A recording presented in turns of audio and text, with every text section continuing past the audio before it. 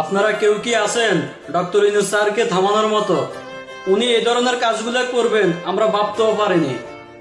হ্যাঁ, উনি যেগুলা করছেন স্বৈরাচার সরকারও আমাদের 1.5 কোটি প্রবাসীর জন্য এগুলা করে নাই, বরং স্বৈরাচারের আমলে আমরা 1.5 কোটি প্রবাসীর উপরে জুলুম করা হয়েছে। ডক্টর ইউনূস স্যার কি ঘোষণা দিয়েছেন শুনবেন? শুনেন। 1 নম্বরে বলবো, উনি ঘোষণা দিয়েছেন আমাদের প্রবাসীদের লাশ প্রবাস থেকে সরকারি খরচে নেওয়া হবে।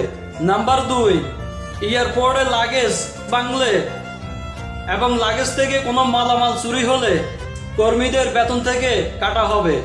নাম্বার 3, আপনি বাংলাদেশ এয়ারপোর্টে ইমিগ্রেশন পার হওয়ার আগে আপনি 10 থেকে 15 মিনিটের ভিতরে আপনার লাগেজটি পাবেন।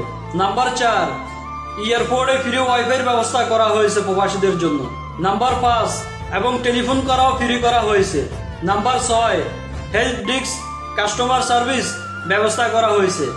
এই কাজগুলো করার জন্য ডক্টর ইউনূস স্যারকে 1.5 কোটি প্রবাসীর পক্ষ থেকে একটা স্যালুট জানাই।